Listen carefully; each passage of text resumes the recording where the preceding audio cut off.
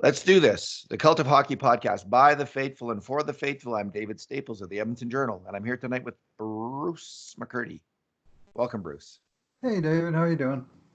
Good. My wife has made a bunch of chocolate chip cookies, so I'm Okay, drowning my sorrows in about, I don't know, 2 or 3 dozen chocolate chip cookies tonight is probably what's on the agenda. that's a good way. That's a good way to do it. On the plus side, on the plus side, Bruce, after 34 games, the Oilers have 18 wins and 16 losses. On the downside, they're finding a way to lose. And did they ever do that tonight? They did it even more so than the Hurricanes game, where the Canes were clearly the best team on the ice. Mhm. This wild team, Minnesota, well, they were there to be taken tonight. They were there to be had. And the Oilers did battle back and tie the game. And I actually thought at that point that the Oilers were going to win. Mhm. But they couldn't get a save.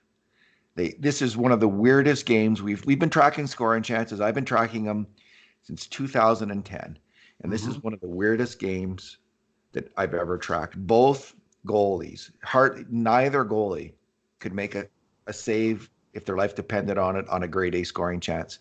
We had what was the number, Bruce, that we had in the end? 7-7 on grade A chances and 6-5 in goals.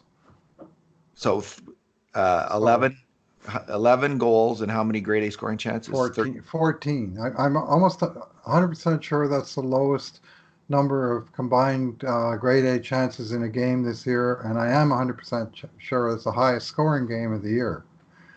So neither team got quality net minding, to put it mildly. 3 saves on grade A scoring chances. Like that is just Well, there like was that. four because Smith led in a grade B, but you know, Yeah, anyway. Smith is. Anyway, we're gonna get into that. This is our uh, two we bad sure things, are. two numbers, two good things, two bad things, and two numbers podcast. Bruce, let's start out with the bad things tonight. You know, we usually start, but this is just top of the agenda. So let's just start out with the bad things because they're on the tip of everybody's tongue, including our own. Well, my bad thing is Mike Smith, and he's a veteran netminder kind of guy I like to root for. But man, it's hard to root for a goalie that comes up with as few big saves in the clutch as he did in this game. And it started right away. You know, the Oilers they dominated the first 10 minutes of this game. They had a well-deserved 1-0 lead, and then Minnesota generates about a 60-foot shot right from the blue line that was going over the net, and Smith put his glove up, went over the puck, had to hit the cuff of his glove, hit the Minnesota guy that was battling in front and bouncing into the net, and it's 1-1. And right away, I'm going, how are we going to win this game? You know, like well, to me, it was a grade B chance, technically because it bounced in off the guy that was in close. We recorded it as a grade A, but it was a grade B or C goal against. Let's put it that way. Goalies have And got to have that for sure. oh, just catch the damn A thing. point shot where you have the clear line. It's like there was a big guy in front of you, Hmm. lots of action, but just you fight through that and you make. That's what Yeah, I he remember could see talking the to. shot the whole way. Yeah. I remember interviewed Jim Corsi about this. Hmm. You know, the guy who's Corsi's named after, and I was talking to him about scoring chances because he was tracking scoring chances and deeply involved in scoring chances and thought a lot about it. Hmm. And I'm pretty sure that he said, I think this is from him, if my memory, this is an IIRC, if I recall correctly, is it, I said, what about point shots that are screened? And he says, no, we expect the goalie to battle through that and to make that Hmm. save. So this Right. was, I don't know, 15 years ago in the NHL or 10 years ago in the NHL, but I don't think things have changed that much. And certainly on that play, Smith had a clear line of sight. He Hmm. just flubbed it. His glove, like people talk about Koskinen's glove hampers, but how many shots went whipping by Well, that's Smith's why glove that's where I hamper? was going next. The second, third, fourth, and Go fifth ahead. goals all Go beat him ahead. on the glove side. Two, three, four, and five all beat him on the glove side. Now two was a hell of a deke at high speed. I don't put that on the goalie. Um, Zucker's goal was yeah, beautiful. but then three, four, and five were all shots kind of from the face-off circle. One was a bit more of an outside shot that we called a grade B, and the other two were from the right circle, but they beat him on the glove side, short side. Both times he either lost his post or he just wasn't able to get his glove on a good NHL shot. But I mean, a good NHL goalie is going to stop a couple of those, I think, isn't he? Well, we know from experience tracking grade A shots that 1 out of 4 grade A shots will go in. 3 out of 4 times the goalie will make the save. Now, these were some of these shots. Let's give Smith the benefit of the doubt and say some of these were 33% shots. Okay, Hmm. these were double Yeah, A or triple A shots. Okay, triple but A they being in still weren't 100% triple shots. A being in the 40% and above, and double A being like 30 to 40%. So let's say he had one triple A and two double A's. But you'd still expect him to save 1 or 2 of those, right? Like Yep. those are still 33% shots. They're not, as you say, they're not 100% shots. And he didn't, how many saves on grade A shots did he have this game? One, two, two. All game long, he made 2 saves on grade A shots. Yeah. Ah, And those were, I mean, one, I can tell you the two. I mean, it's such a long list. I remember both of them. One was on the shorthanded play when Clefbaum slashed the guy and took a slashing penalty just as he was in the act of shooting. So he didn't get that much on the shot. I mean, he did get a half decent shot away, and Smith potted off. And then the other one was a guy cutting across right to left across the circles in the third period after what admittedly was a bit of a broken defensive play by Edmonton, but in the end, the guy, he sort of shot from the left circle and not a particularly hard shot, but a little bit screened, and he managed to fight that one off. But at no point, like, was there rebound control? Was there, uh, it just his game's falling apart, David. It's now, I mean, it's not like it's just tonight. It's 9 games in a row where he's what's played his save percentage? two good games, and 7 poor ones of his last 9 appearances. He's been 870 or below in 7 of them. Tonight, 769, 26 shots, 6 goals, and overall over the 9 game span, 854 save percentage. Now, to put that in perspective, uh, we've seen a couple of goalies at the end of the line play their way almost out of the league in the recent years. One of them was Jason LaBarbera, who played 5 or 6 games for the Oilers in the 2013-14 season, and he was 870, and he was gone.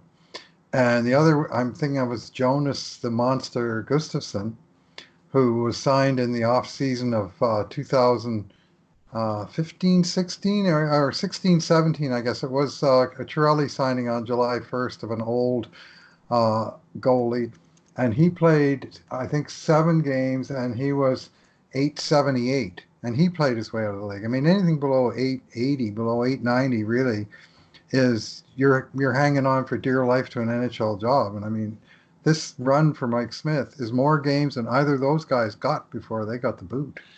Well, Now, in Victor his case, Fath, he's got nowhere to go because he's on a no move contract and they got nobody. Victor But Fath played 26 games in his last year with the Oilers. 888.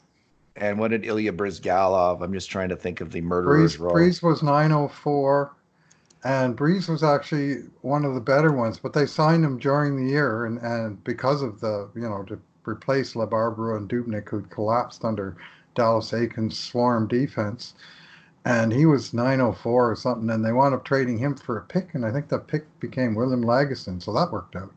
But 908 in 20 yeah, games. So 908. Brizgalov, Okay. we would take that. Yeah, and Al Being back to Montoya was Briz. 906, and he was on his way out of the league. I mean, 854 is subterranean for such a long stretch of games. Oh. Yeah, and tonight, I mean, it clearly, I mean, to score 5 goals and to limit the other team to 26 shots and 7 grade A chances and not even get a point. So Bruce, is it my imagination that when Koskinen has an iffy game, that Tippett, the coach, always mentions weak goaltending, but when Smith does, you never hear that narrative. And am I making that up? I don't know. I'd like to hear if he doesn't say anything about goaltending tonight, then you're not making it up. Yeah, okay. I think that's a fair comment. He's Maybe probably it's doing his post game right now as we're doing the podcast, and I don't always hear his post game because of well, our maybe other he commitments, but at we least not shouldn't in real we time. shouldn't assume I shouldn't assume favoritism. Maybe he knows the 2 goalies. Maybe he knows that Well, Smith can't tolerate. Maybe Koskinen needs the whip and Smith needs a pat on the back. Players are different, right? So maybe he's a master of psychology. Could be. He's an NHL coach. He's a very skilled coach. So I'm not going to criticize the coach. It's just something that it's a tendency I've noticed that a few times when like he's brought up goaltending, which is unusual for Tippett when Koskinen's made mistakes, but when Oh, Smith seems to have done so, we haven't heard that. I thought he would go with Koskinen tonight and give him the chance to bounce back from his game on Monday, in which really he had one bad goal at the very end after it was decided, and not a lot of help. Uh, but he did not go back to Koskinen. He went back to Smith, and he got burned for this one. We'll see what happens now with the distribution of starts. I mean, both of their goalies been lit up for 6 goals in the last 2 games. And unfortunately, the Oilers have, in their last 3 games, they've come from at least 2 goals down to tie all 3 games, and each time they've given up the next goal and lost, and only one did they even get 1 point. So it's a 3-game losing streak from, not being able to win the key portion of the game down the stretch with the score tied and, a few minutes to go in each case. All right, speaking of players bouncing back, I will use that as a segue to Jujhar Khaira was not benched after his game just losing play in the slot last game against the Hurricanes, but he was bumped down to the fourth line, so he's put on the checking line and given a job. And with a minute left in the first period, 20 seconds actually. Well, with a minute left, they were sent out to kill off the final minute of like a checking line does. So you send out those guys, and that's their job. And what does Jujhar Khaira do? He gets the puck on the offensive end, and what you want to do is you want to get it, keep cycling it into the corner. And what he does instead is, and Drew Remenda remarked on TV on this. So, rightly so. Jujhar Khaira put it into the middle of the ice. It was picked off down the ice. Down they go, and Ethan Bear gets beat on a tough play. He might have misread it a little bit, but it's a jailbreak at that point. And they score on a breakaway. Jason Zucker. It was one of a number of mental errors. That's a little hard, but mental error. We'll be nice. I'll be nice and call them mental errors. Yep, that's fair. There's a few others, Bruce, that really, the one that actually bothered me the most, that bothered me a lot at the time. I was saying in my head, and I think online I wrote to you, bench Khaira, and maybe some other nastier words. But it began with F. But I think that Darnell Nurse's line change, listen, they had iced the puck. Nurse has one job. He has one. The Oilers have one job, which is to get the puck into the other end of the ice deep, so the players who have been out there and are tired can get off the ice. Darnell Nurse has one job: get to the bench fast and get off the ice. And what does he do? He glides. He glides for 20 feet, 30 feet, and then when he finally he gets there. Here he is. He's gliding. I'm coming in, guys. Incoming. And Oscar Klefbom is the left defenseman. I think I'm going to say Oscar because that's in the NHL. It's not like just any defenseman goes out. A left defenseman replaces the left defenseman. The next guy up in the order was Oscar Klefbom. And what's he doing? He's sleeping because he doesn't go out there. Adam Larson jumps on the ice a second late. Eventually. And they go down the ice and score. That is like bad line changes, like in terms of the things that infuriate me more than anything. That's it. That's the number one thing that bugs me the most. And we've had this conversation before, and bad line changes and 1-goal regulation losses are about as tough to take as it gets. So I wasn't happy with that. And you know what? I think like Nurse got a lot of praise for his eruption where he threw 2 hits and got in a fight. I think after a terrible bonehead plays like that, or excuse me, mental errors, that players often have eruptions. We've seen this. I call it the Milan Lucic effect, because after Lucic makes a mistake, he invariably goes in and drives someone hard into the boards or punches him in the face and gets suspended.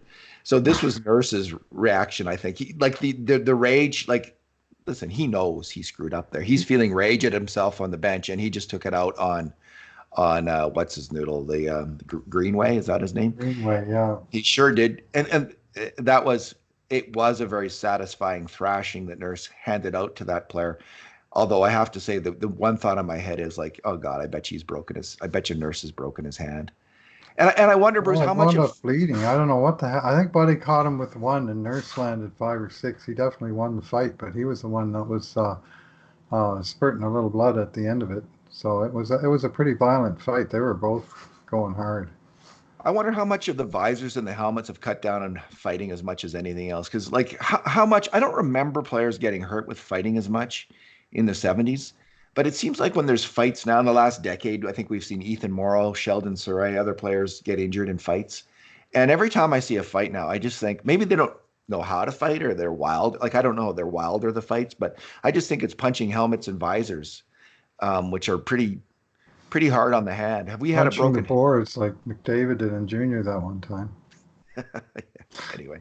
I'll leave it there for mental errors, Bruce. Yeah, well, on Well, that play, I we mean, could. Nurse thought, I'm going to get off quick and we're breaking into their zone. I'm going to glide over and we're going to get a new guy out. But while he made that decision, McDavid decided to go 1-on-2 just inside the blue line, and the puck turned south in a quick hurry. And of course, when it did, we had one defenseman back when there should have been two, and all of a sudden it's a 2-on-1 and can't get a save, of course, and then it's in the net. Okay, what is your? Okay, let's turn happy. Let's put on our Good happy thing. faces. Good thing. Put on your Okay. happy face, Bruce. You're not. Yeah, there you go. Mhm. Your good thing. What's your good thing? You have Well, one? now that you ripped him for being asleep on the bench, I'm going to compliment Oscar Klefbom for having his best game on the ice in quite a long time. He And did. frankly, he and his partner both, Adam Larson, and I thought were very solid.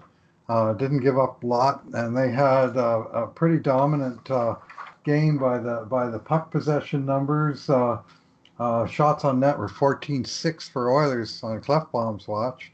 And of course, he scored the first goal, and a very nice goal it was too. When he activated from the point, did a nice little give and go into the corner with Gagne, jumped in front and potted it. And that was his first Oilers goal, even strength goal that the Oilers scored that he'd been on the ice for in 8 games. So at least he took matters into his own hands and got it. And for the most part, that pairing kept things simple and kept the pressure going the other way. I thought they were solid, and they were, especially Larson. He was very unlucky, like on uh, the line change one. He got a minus for that when he had nothing to do with it at all. Other than he was No. trying to make up for a miscommunication, a malfunction at the junction, as Ed Whalen would have called it. And then on the 5-4 goal, he was the one guy that was kind of doing his job and minding his own business, boxing out the guy on the other side, but the forwards all got beat on that one. Oh, So he yeah. wound They up all 1 for got the 2 forwards. forward, 2 against. But it was that kind of game where even if you play a low event game, you're still going to be goals on the board because nobody's making any stops. I hated that goal. The forwards all got down low, and you can just see it coming, right? You can always see it coming, but you can never stop it. That's a line from a Cowboy Junkie song. Hmm. And there wasn't anything particularly horrible about Nuge, Chason, or not Nygaard on that play. They were all trying like hell, but they Hmm. were all just a little bit too anxious and a little bit out of position and a little bit Well, they couldn't clear the not zone making the earlier play. was the problem. They Yeah. got stuck in there for a bit, and the cycle just eventually wore them Yeah. down. Okay, my good thing, Bruce, is related. I'm also Mhm. picking Larson and Gaetan Haas. The Oilers were out of this game. It was 4-2, and they weren't really going anywhere. And then all of a sudden, um, Gaetan Haas scored he's really good at deflecting the puck in front of the net. Hmm. He This is. is a particular skill he has. He's looking for it all the time, and he's really good at it. I think he's gotten most of his scoring I chances think have come off I that think play. all of his goals come on deflections. So he's got 3, and I think they're all on tip-ins. I mean, not that's a huge number, but that's how he scores so far. Larson put the puck on net and he tipped it in.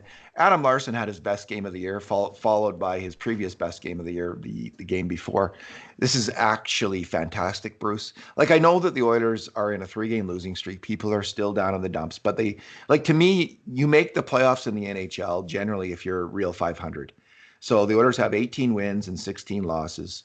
They are real 500 with some loser points, and they're in a playoff spot still. The Oilers need to finish the year real 500. So far they've achieved the goal, even though they're on a bad streak, and they will achieve this goal if they have six solid defensemen and two solid goalies. Now, what we have right now, I think they do have six solid defensemen, and defensemen go up and down. They have bad streaks and good streaks, but it's nice to see Larson rounding into form because he is crucial to this effort. He can be a very solid top four defenseman. We've seen that in the past, and we've seen that in the last two games. And if that's what we get from Larson, if there's no injuries, if there's no more major injuries, like, or if there's just one guy out of the seven guys who are kind of in the rotation that we have now, I think the Oilers are going to be okay, Bruce. And I'm really glad to see Larson playing the way he's playing because it's a good sign. Now, the only issue, of course, is goaltending, and it's a killer. It's a killer. What's your number? Well, I'm going to go with the line of numbers. Darnell Nurse's stat line tonight. It's pretty wild. Pretty high event player he was in this game, and lots of action at both ends of the ice. He did get an assist on a decent play, where his partner Ethan Bear made an even more decent play. Very nice pass on the 4-4 goal, but -3, meaning he was on for 4 goals against. He had a one penalty for 5 minutes. He played only 17 minutes and 11 seconds, which I dare say when we look it up, it'll be his lowest total of the entire season. No, he spent 5 minutes in the box and he spent time in the room getting a Band-Aid or whatever it was. And he also had that weird kind of, looked like he was grimacing late in the game. And he had 8 shot attempts, 4 hits, and he was just all over the ice in a good and a bad way. But it shows up on the stat sheet sometimes. High event actually shows up as crooked numbers all across the event summary. And that was Darnell tonight. Okay, so my number, Bruce, is the Oilers have as we know, they've got a big problem in goal. And if Smith doesn't quickly pick it up, I mean, as you say, by now, some goalies would already have been jettisoned, right? Now the coach trusts this goalie, likes this goalie. It's pretty clear. And he's, just the verbal around Mike Smith is he's made a big impact to the team. This confident, big personality. He's helped Koskinen. That all goes out the window, though, if you have another few games like this. You just can't keep going back to him if he has you're going to have to do something at the NHL level. It's all about winning. And it's been 9 games almost in a row. I don't actually remember a good game in there. I mean, there's some that he's won, but yeah, he won 2 games with about 920. Just sort of solid NHL caliber net minding. He won a game at Vegas. He played well there, and he was pretty good in that game. Yeah, that was a bounce back after he got shellacked in Los Angeles 5-1, and he had one other game that was a win, and it was another kind of a bounce back performance. So normally you'd be looking to the farm system, Bruce, but maybe as a replacement for Mike Smith, is there someone down there that you could go to and bring up? And Mike Smith would be the third goalie, I guess, because he's got a no movement. I understand. But my 2 numbers are 890 and 879. Stuart Skinner has played 17 games, the most of any player or goalie, in Bakersfield, and he has an 879 save percentage. Dylan Wells has played 6 games. He has an 890 save percentage. Oh. Shane Starrett, the starter last year who did so well, has played only 3 games because of injuries, and he's injured now, and he's got a 923 save percentage. So if Shane Starrett was only healthy this year, the Oilers would have an obvious move they could make, and they might be making it soon. But they can't unless he suddenly gets healthy. Now, Starrett could get healthy in the next couple of weeks. I mean, he played a game about a week ago, then he went out again. And so who knows? Who knows what his health situation is? Maybe he's suddenly going to get healthy. I doubt it. It doesn't sound like it. Well, even if he does, you're not going to just jerk him up into the NHL in those scenarios when he's barely played a game for 6 weeks. Well, that's it. He'd have to play a couple more games down there. Yeah. We'll see Smith a couple more games, though. That's pretty clear to me. But Skinner, having watched Skinner last year, and he had some okay games in the playoffs and at least 1 or 2 stinkers as well. And man, he's not ready. He's not, his save percentage clearly indicates that he's not close to ready. So people are thinking there's help on the farm. There is no help there. Oh. There is none. That's not an option. Yeah, So that's yeah. kind of Unfortunately, depressing. the two young netminders down there, in Starrett's absence, they were given a golden opportunity to come up and seize the day, and both of them have just been unable to do so. I mean, the last two games they played, they were whooped 7-3 and 6-2, and in both games they outshot and apparently outplayed the other guys, but they couldn't get a save. This is a pretty good Bakersfield team, at least when you look at the roster, but they're a losing Should, team. And yep, I think Jay Woodcroft is too polite to say this when he's interviewed, but he is it's very polite. looking to me like they've got a huge goalie issue down there as well, to the point where they might, where if Starrett isn't going to be healthy this year, they might have to bring in another goalie at the AHL level if they want to make the playoffs. So I don't know. Like, maybe is there some kind of AHL goalie? I'm just going to Google Anton Forsberg. Where's he now? I know that Carolina might not be too happy to be paying, because I think he won an arbitration case Oh yeah. and got an NHL salary this year. But there might be some kind of AHL level goalie. Anton Forsberg is 27. He's in Charlotte right now. He's got a 901 save percentage in 13 games. He was 919 last year in 32 games for the Rockford Ice Hogs in the AHL. He was one of the best goalies in the AHL last year. He's kind of like Starrett. He's not having a great year this year, but like that's the kind of player maybe they could get for very little because he's on a NHL contract. But this is not it's not going well, Bruce. What would you do? I think they're almost painted into a corner, David. I mean, they got, they got all their guys in the places. I mean, they called those two guys up. I mean, I guess if they determined that Starrett was what they had to shut him down for, a few more weeks or something, that they might go and get someone at the AHL level. The last thing I want to see at the NHL level is a three-headed monster, unless somebody gets hurt. You know. Uh, so I think they're stuck with Smith, but this idea of him getting equal starts to Koskinen is been mind-boggling for a while. And I mean, he's getting lit up almost every start. I mean, his last four starts: 868, 846, 864, 769. Where do you get that? Is there a page And that has all those L numbers? L L L. Yeah, it's a game log, and I get him from Hockey Oh yeah. Reference, but you can also find him at NHL.com. Ooh. LLLL. Go figure. Yeah. So that's what happened in all those games. Yeah, they're going to have to do something, so the obvious thing is what you just pointed out, and what people have been pointing out for some time. Like, and some people were saying, and they should have gone back to Koskinen tonight. Like, I yeah, thought so, but I didn't actually think Koskinen was horrible in that game. Like, I think he was a lot better in that game than Smith was in this game. oh, Um, yeah. and and why didn't they go back to him tonight to give him that bounce back game? Um, so I don't clearly, know. Good Tippett's question got for a. Dave Tippett. I hope someone asked him. Yeah, okay. Well, we can go listen to the tape. We'll listen to the Yeah. tape and see what Tippett had to say. See what he said. When's their next game, Bruce? 2 more days. They're playing even number days. They play the Oh, Leafs. Toronto. 5 p.m. early start, the early Hockey Night in Canada slot, because of course it's the Leafs, so that is the national broadcast. And so actually the Oilers play Saturday night 5 p.m. 2 weeks in a row, because they play the Habs in that same slot the following Saturday.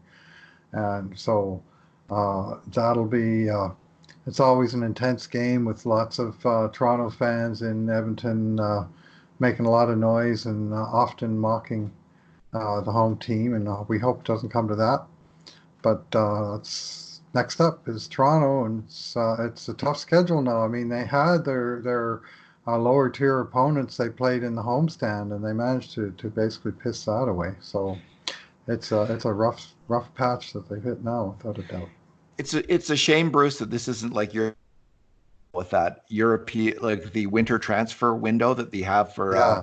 Premier, like all the soccer teams Hmm. and in Europe, because the Oilers could then bring in Ilya Konovalov from their third round draft pick from Yaroslav Lokomotiv, who has a 912 save. He started out terrible, but he's been He's been really good good. in the last little while, and he's got it now a 912 save percentage in 27 games after 930 save percentage in 45 games last year. So he's been good as of late on not a very good team.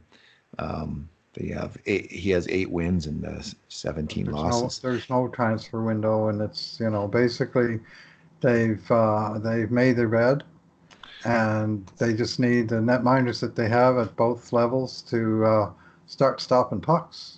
How about this, Bruce? Trade Jesse Puljujarvi's rights for a goalie. Not sure I like it. I mean, at a certain point, you're going to say, well, if we can't get any saves, we're not going to make the playoffs. But you can't sort of torpedo As long the as you got future. I mean, the Koskinen, good eh? thing about Mike Smith is he's on a 1 year contract, and you know that Yeah. after this year is done, I don't expect we'll be seeing him again next year. I mean, I'd be very Uh-huh. surprised. Let's put it that way. Yeah, I'm just brainstorming here, Bruce. I'm just throwing I ideas out understand. there. I'm just trying. I'm a little bit desperate right now because Yeah, I that's understand. yeah.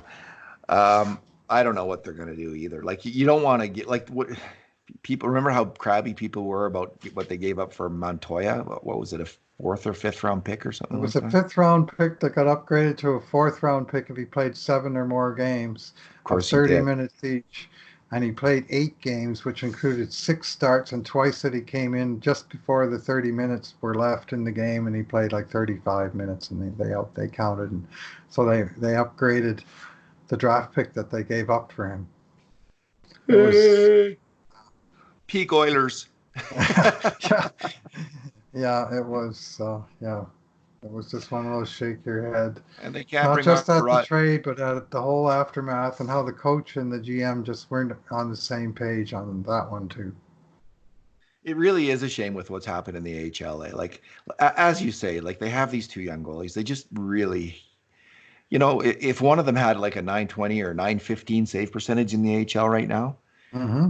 they'd be getting a ticket to Edmonton probably. Maybe. Well, it still would make a three-headed monster in a mighty uncomfortable situation with the two veterans. Watch if a rookie got into play with the two veterans, one of them in the press box and one of them on the bench. It would take a very hard-nosed coach to make that decision. And the coach's whole thing is to show support for his goalies and say he's confident in both of them. Well, he's got to chew on that, and he's got to keep spitting out that line. And he's got to keep gritting his teeth and hoping they turn it around. I just don't know what his other options are, just given the whole set of circumstances.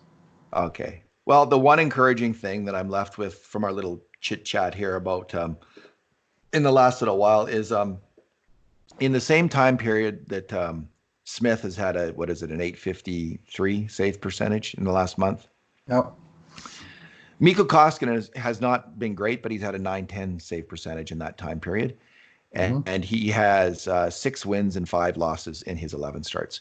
So I think that the sense of crisis is and anxiety is exacerbated because Tippett has been going with the two goalie rotation. And if Tippett moves off to that and starts to give Koskinen 2 out of 3 starts or 3 out of 4 starts where that makes sense, maybe this is righted. Maybe the situation is righted without any major move in Edmonton, and it's going to turn out okay. If Koskinen can stay in that, if he can be league average goalie, right?